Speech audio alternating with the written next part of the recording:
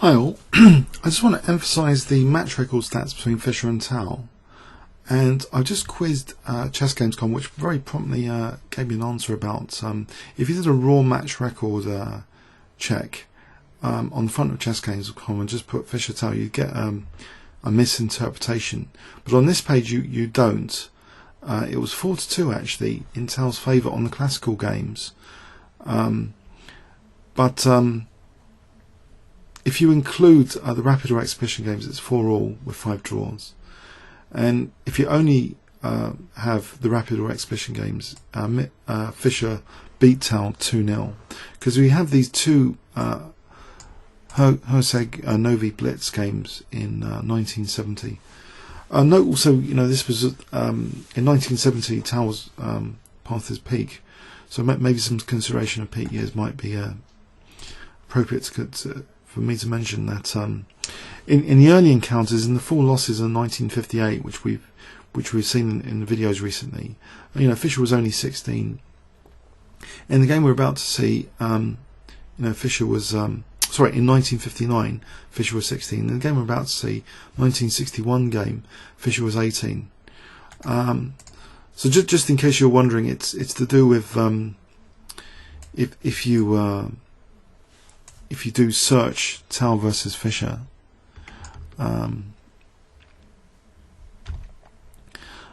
it's explained here basically that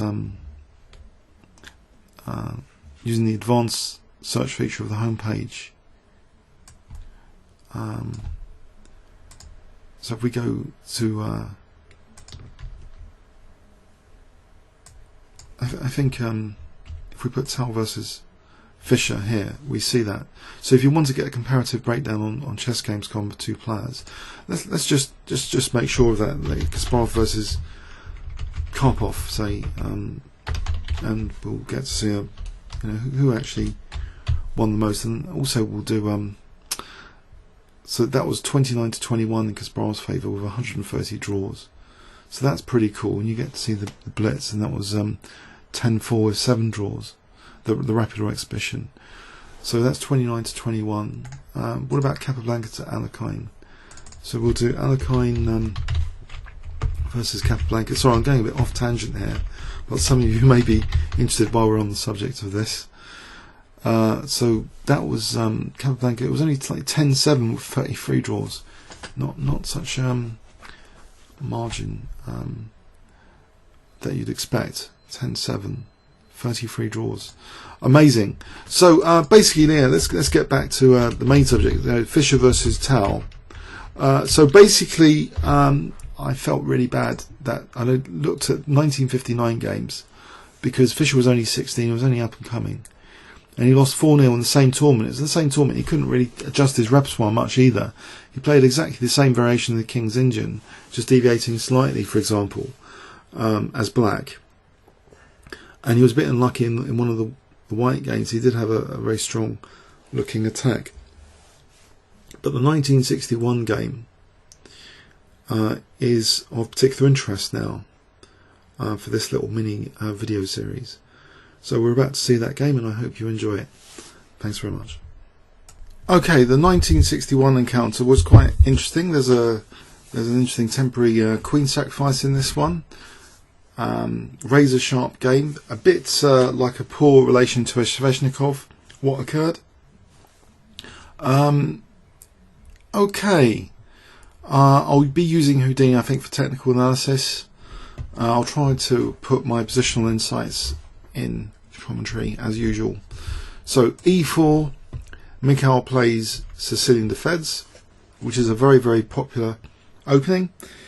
I believe much more vividly now with Vivid Evans than actually, not just from the poll with you guys playing against me, where Sicilian is the top rated move, but from my Facebook experimentations recently with opening pages, Sicilian is far more popular as a page than anything else, any other opening. So, okay, another sharp, dynamic battle between these two really, brilliant world-class players. Unfortunately, they never quite met, I believe, in their peak, but this is the closest we get to seeing them both at their peak. Fischer was 18, Tal was slightly perhaps on the decline, I believe, but maybe not that much on the decline. More maybe to do with he completely slipped from the opening downhill. So he was pretty strong in 1961. Still, so this is the closest we get with them. The strongest, both of them, I think. So knight f3, knight c6. And it's almost like a Sveshnikov introduction. This could have been a Sveshnikov introduction if here, Mikhail had played knight f6, and then if knight f6, knight c3, e5, that's Sveshnikov territory. But e6, and after knight c3, we see this move, queen c7. Which potentially is a bit scary for white if knight takes d4 and bishop b4. Bishop b4 lines, the pin lines. And do you remember we had a video annotation where Paul was saying he plays g3 here? I don't know, maybe Paul had taken his inspiration from this Fischer game.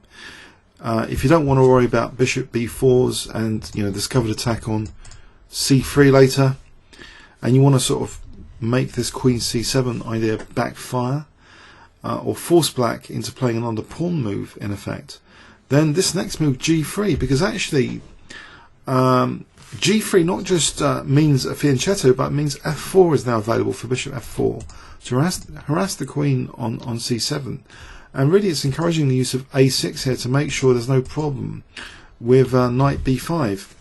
Now Tal played this next move quickly, and perhaps he'd imagined it wasn't possible to play knight b5. Apparently he had said it, he thought it had been ruled out. When he saw it, he thought it was some sacrifice, knight b5. But I think he might have slipped up already, just with knight f6, playing it a bit not too cautiously. And it doesn't just become a pedantic question now, this knight db5, because of this g3 move. It's given support for further harassment of the queen with bishop f4s. So knight db5, hitting the queen. Where can the queen go, which is useful? It's difficult already because the dark squares, basically, because black's played e6, he's weakened that d6 square. It's a bit vulnerable. He wants to keep an eye on d6 with his queen, so he moves it to b8, keeping an eye on d6. But now comes this bishop f4, and there's a difficult decision here, choice of lesser evils.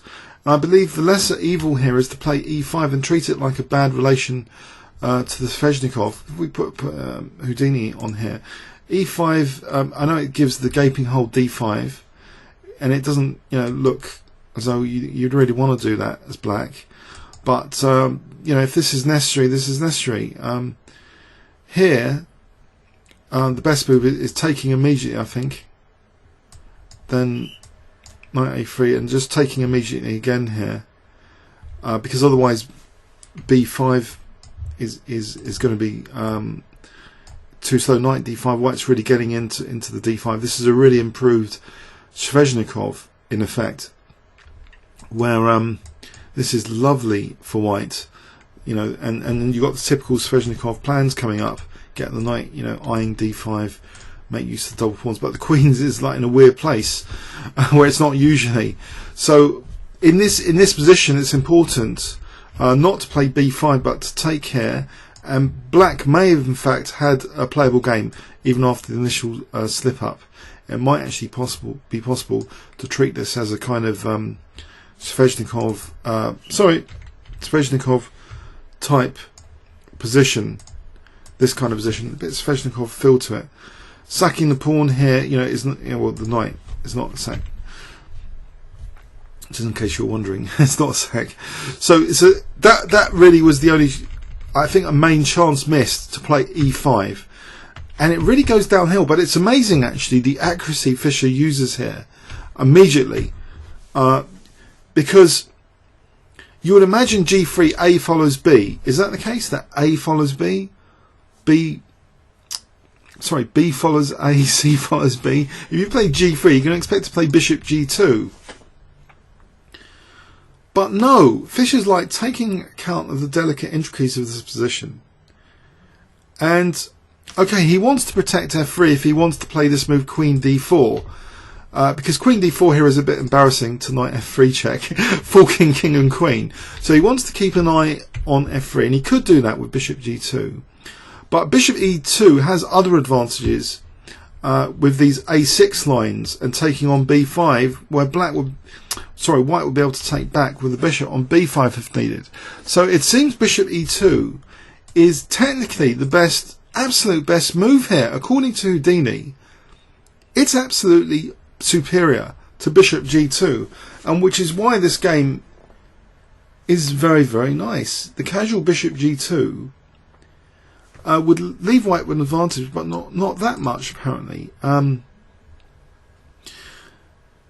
In this position, you know, black might be okay in this kind of variation. You know, for example, here takes. No, not takes because of queen d8, mate, but knight d7 takes. You know, it's murky. It's murky. And you'll notice that b5 pawn can't be grabbed. But with bishop e2 instead, you know, it's a different story. It's a different ballpark altogether. With bishop e2 being played, it's a much more clinical, precise move. It's as if Fischer was a Houdini, or you know, Houdini's strength moves he's coming up with. Bishop e2. So even though he's played g3, he's looking at the specifics of the position. You know, as if it's being a deeply researched, you know, correspondence game. Bishop e2, a clinical move. And we see here, you know, if a6, then this queen d4 is a lot more effective. This little subtlety, you know, if rook d1 here, this is much better than what we just saw. Because, you know, here, there's bishop takes b5. Hugely different. You know, the pawn cannot be taken really because bishop d7 is nasty. This is really kind of nasty. So it's hugely different. Basically, bishop e2 compared to bishop g2. I thought that was a fascinating point. I hope you don't mind me labouring that. So even though you know, Tal fell into a trap, the trapper's really following up magnificently. It has to be said. So bishop c5. So the trap here is also, you know, what is this trap? This trap is about a dark square bind being unveiled very, very rapidly now, because we have another super forcing move. And the bishop is also on e2 eyeing h5, so there's no queen h5. It's not as if that was an option. The queen has to guard c7. But bishop e5, and then we see f4, and that wrap is being placed on d6. So it's a terrible, terrible Sveshnikov, where in fact black has really bad dark square weaknesses, really bad hemmed in bishop, and is just going from bad to worse now. After a6, he's letting a pawn land on g7. But it's the follow-up. It's not, you know, it's without the follow-up, this doesn't mean anything, collecting these advantages. So here, if Fischer had retreated his knight, let's just check this. If he had retreated his knight here, it's not really that hot. Knight d5 is actually possible as a temporary, you know, pawn sack. Takes, and you know, black might live for another day here after b5. He might have bishop b7 with some compensation soon. He plays a Tal-like move like the previous game, rook a7. And you know, black's living for another day. So the most incisive is forget the knight. This is again top Houdini move. E takes f6. Go for it. Go for the throat. And now taking on b5, taking on g7, seemingly activating the rook a bit. But you know, black's king's in the centre. He's still got the dark square issues. His bishop's kind of a spectator piece. His rook's theoretically active, but you know, overall it's a wreck. The position. Tempo game now. Knight e4, hitting c5, d6. So bishop goes to e7, and now another super clinical, precise move. Queen d4, supporting the idea of knight f6, picking up the better bishop. You know, this poor bishop will be left. So getting one of the good pieces away from black. So allowing rook a4, because check. Now here it would be a disaster if black didn't take on f6, because king d8 is a total disaster. There's queen b6 check, and then just picking up the rook. So it's got to be taken. Black's got to lose his good bishop now. So it's going from bad to worse. Big, almost 2-unit advantage in engine technology, a 2-pawn advantage kind of thing as a measurement. So queen c7. Now again, a non-stereotypical move by far. You might consider, what if just castle here? Well, it would lose significant advantage. I think check. Maybe queen d5 or queen d4. Queen d4, say, get the queens off. And again, you don't want Tal fighting on too much. You want to use this kind of window of opportunity, and don't let it shrink at all. You want to keep your advantage distance. You don't want to let Tal back in with an exchange of queens if you don't need to. You want to get his king with the queens on, slaughter the king, for example, or something like that. You don't want to allow this. So keeping maximum advantage here. But Fischer's move is not the most clinical now. He is human after all. It's the second most clinical. He castled queenside, offering a2, which is highly dynamic, offering a2 because he's going to kick the rook, and black's not in a position, to do anything about that. But just before we go on to that, so this move, bishop h5, which was, I think, missed later as well, bishop h5, just on that vulnerable f7. So a side effect of black's rook, it's not defending f7 here. And this could be a big problem. Check. Now, not king f2 apparently. King f2, that's equal queen c5. Get away from the checks. King d2. F check, king c1. And now there's a big problem with f7. And after queen h6, it's a big problem with h7. And apparently this is kind of easy actually now, especially with more tactical targets. So if rook g7, then you take and then take on e4. There's a lot of tactical targets being set up. So that's super clinical, leaving the king to be checked. So here, this is also seemingly frightening and dynamic, ultra dynamic. But at least it's not allowing a check like castling kingside allows queen c5 check and queen d4. But it's allowing a2 to be munched. But it's increasing the advantage. It really is increasing the advantage. So king b1, and black's in real trouble. If he tries for this queen a5, what would happen here, you might ask? Whoa! Oh, there's a nice carnivorous move here, as we've seen recently in the girlfriend game. Believe it or not, when you attack with pieces, you don't expect them to be materialistically questioned. But here, look at this, guys. I wonder if you can guess the most clinical move. If I give you 10 seconds, well, there's two actually. One seems totally outrageous. I'll just tell you it. B4, because the queen's actually eyeing a1. If it takes, then you just take the rook. Queen a4 though, then queen c3, and then you're eyeing c8. Big problems. And now bishop takes b5, and the carnivorous king again effect. The king's going to munch the attacking piece. So basically queen a5, and also b3 simpler, keeping an eye on a1. And maybe what does black do here? So say b4, bishop c4. Black's really tied down here. The rook's kind of trapped, and now if white gets in this, at one point it's going to be threatening taking and then rook d8 if black's not careful. So this is pretty dire. This situation here. Bishop b5. Let's try and make something concrete out of it. Is black going to lose material soon? Probably with f5, and it starts creaking. The position starts creaking. The evaluation goes up. Because what's happening here is a total onslaught where the rooks are not helping each other. They're disconnected in this position, and black's now forcibly losing material. So that's a disaster scenario. All started with queen a5. So I hope we can gain more empathy for that, for why rook a6 was played instead of queen a5.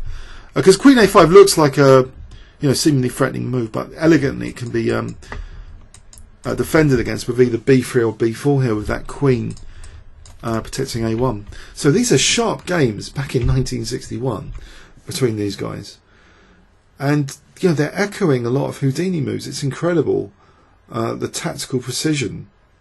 But it's let down here. This is the moment it really is let down a little bit, because the gulf between the first and second moves is huge now. With the white king safe, there's no worry about checks immediately here. There might be a bit of a concern about queen a5 though, mating on a1, but again, white's always got b3, and if there's a check on a2 can start running. But the key thing is, look, this f7 again, and Fischer mentions this actually in his notes in my memorable games, that this would have been a quick way to white black out. Bishop h5, and he's absolutely right, because look at this, d6, rook he1, threatening now rook e6 because of this pin on f7. So queen e7, and now queen h6, and this is in Fischer's notes about getting the h7 pawn. It's funny, you drag the queen to e7, you think it's something to do with f7, but it's actually to do with queen takes h7 now. It's just that black's really tied down to e6 because that pawn being pinned. It's pretty nasty stuff. Getting stuff out of the way, for this frontal attack as well on e6, making use of that pinned f7 pawn with bishop h5. It's a star move. It's a super clinical killing move. It would just be a total disaster here. If we follow this through, say king d8, queen takes, f5, again, look, the frontal attack's just working wonders. And here is like forcibly winning material now, rook e6, emphasizing black's queen being overloaded in that pin. So that would be devastation. But that was missed. Unfortunately, it was missed by Fischer. He played actually bishop takes b5, which is tempting as well. It does pin the pawn, which means the frontal attack is still going to be a bit more effective with the pawn pinned that way, in theory. But rook b6, chasing the pinned piece away. Bishop d3, aiming for that vulnerable h7. And now we have, seemingly a good practical move from black, attacking the queen with this nifty e5 move. And maybe Tal had been expecting, queen g5, the queen to move at least. And here, can Tal even play a threatening move? Doesn't really do much though. b3, the checks, it's not really a perpetual check, because the bishop can make use of c2 here when the king goes back. If I'll just quickly just show you that. There's no perpetual check, because king c1, and then the checks would run out, bishop c2. So queen g5, okay, apart from queen c3, say h6, whoops, that'll be not so good. Just queen e5, just get the queens off here. And again, Tal might live another day, and Fischer mentions that actually in his notes, that at this level you don't want your opponents living another day necessarily. They're all very resourceful, and if you've got an advantage, you want to keep that distance in advantage. You don't want to let them crawl back at all. So Fischer's next move here is highly clinical, Houdini approved, even now. Best move on the board, spectacular. I wonder if you can guess it if I give you 10 seconds, or you want to stop the video. And okay, I might have given a clue earlier. So 10 seconds now. What was Fischer's next move here? Starting from now.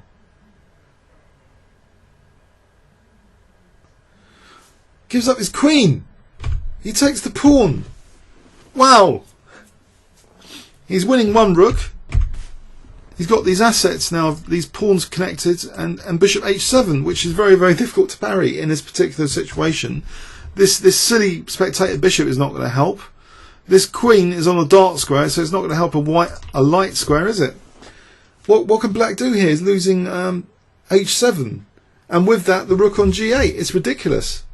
And it's just the king can't even get out of the way in time for queen d8. He's losing another whole rook. So bishop takes h7, he's losing a whole rook, 2 rooks for the queen. But Tal is munching those pawns. But now the pressure's been kept up, 2 rooks for the queen. And if it was blitz, you might be thinking, oh, you fancy your chances with the queen, but this is a long game. And now here, okay, you might wonder, well, why did Tal play queen h6, allowing a simplification with bishop d7? Because this is a cleaner 2 rooks versus queen scenario. You might wonder here, in this position after the check. Sorry, if we just go to this position, was there anything else for Tal to do? If he doesn't want to simplify. So if queen g6, I think this is mentioned in Fischer's notes, bishop f5. Rather precisely, I have to say, because if we look at other bishop moves, okay, you lose the bishop there, but h3, you might wonder, well, queen h5, it's still winning for white. Bishop can go back to f5. It doesn't matter about h2 here. Sorry, I don't want to lose the queen. Queen h2, just taking on d7 is still a recurring resource to get a winning 2 rooks versus queen. So the win's still there. Okay, so whatever happens, the win's still there anyway. So in the game continuation, it was more simplified now. 2 rooks versus queen. We're in the final straight of winning this game against Mikhail Tal after he'd inflicted 4-0 2 years earlier when Fischer was 16. Fischer's now 18. He's looking forward to his first win. Can he really fluff it up from here? Checks. He's gaining time on the clock for move 40, I imagine. He's getting to move 40. He's getting his time back. Okay, a few more moves without losing one of the rooks. G4. So why isn't queen takes g4 here played out of interest? As a point of trivia, let's just check. Queen g4. All right, rook h1. Just getting that'll be tying down the queen quite a lot. So Tal didn't fancy taking that g pawn. He plays queen h3 instead. The g pawn carries on its travels, and it's 3 pawns as well for the 2 rooks. As long as he doesn't lose a rook or any other major disaster, he's still on the winning straight. And finally, Tal resigns. His first win against Mikhail Tal. 1961. Fischer was 18. Fantastic. Now, people say, well, Tal mucked up the opening, but look at the precision. Guys, look at the precision of this refutation. Bishop e2. Who would have thought bishop e2 here? If you play g3, you're going to really carry on with bishop e2. Look at the precision. It's wonderful precision. Bishop e5. Crisp forcing. Not many options for black, but forcibly getting done over. And no respite given. The best bishop taken off the board. Castling queenside. Okay. Engines don't care about checks, it seems. So bishop h5, and they don't care about rook e4 check. So humans still have fear, and that's their weakness. So of course Houdini will probably beat any champion of the past, because they're looking at millions of positions without any fear at all. They'll allow checks. So let's forgive Fischer missing bishop h5 here. It's only, the other point where he missed bishop h5 is more questionable, which he questions himself, that he was a bit overexcited maybe about bishop takes b5. He should have maybe checked out bishop h5 more, but it's not so obvious, because it's really creating this frontal attack opportunity with rook e1, pinning that f7 pawn, and then later shifting the queen to h6. It's not completely obvious that was such a blunder. It's tempting bishop b5. It's winning a pawn. It's pinning a pawn as well. d7, just not f7. But e5, and now we see total precision again. Good queen sacrifice, picking up both rooks. And after both rooks are picked up, it starts to be just totally lost for black, really. Fischer needs to gain time on his clock. I think a few checks thrown in. He's getting to move 40, I believe, where he's going to get an extra recharge of time. As long as he doesn't blunder a rook, he's going to win. And finally he wins. Black resigns. And now the mystery begins. Tal quipped something like, it's difficult to play against Einstein's theory. And people have been wondering, what was that about? Is it about the law of gravity or something? You can't fight the law of gravity. That wasn't Einstein. that was like Newton. No, Einstein is like E equals mc squared, law of relativity. Could it to do with age or something? Like Fischer played like Tal when Tal was younger. It's all relative or something to age or something. We don't really know. I wonder if you can comment about what Mikhail Tal actually meant. And I'll put a blog link. I think Dennis, like, Roussos or something from Chessbase. He's a Chessbase commentator. He's asked the question. He was intrigued for years. What on earth did Tal mean? It's difficult to play against Einstein's theory. Is that because Fischer's play was totally solid and there was nothing he could do once he got the bad position? I'll put the exact quote in the description. It's difficult to play against Einstein. It's difficult to play against Einstein's theory. Einstein's theory. I have no idea. Anyway, thank you also to Jessica Fisher Queen for inspiring me to cover the 4 games in 1959, and I hope Jessica's pleased with this one as well, showing Fischer's revenge when he was 18. I was starting to feel a bit bad painting a one-sided picture of the events. Okay, comments or questions on YouTube? Thanks very much.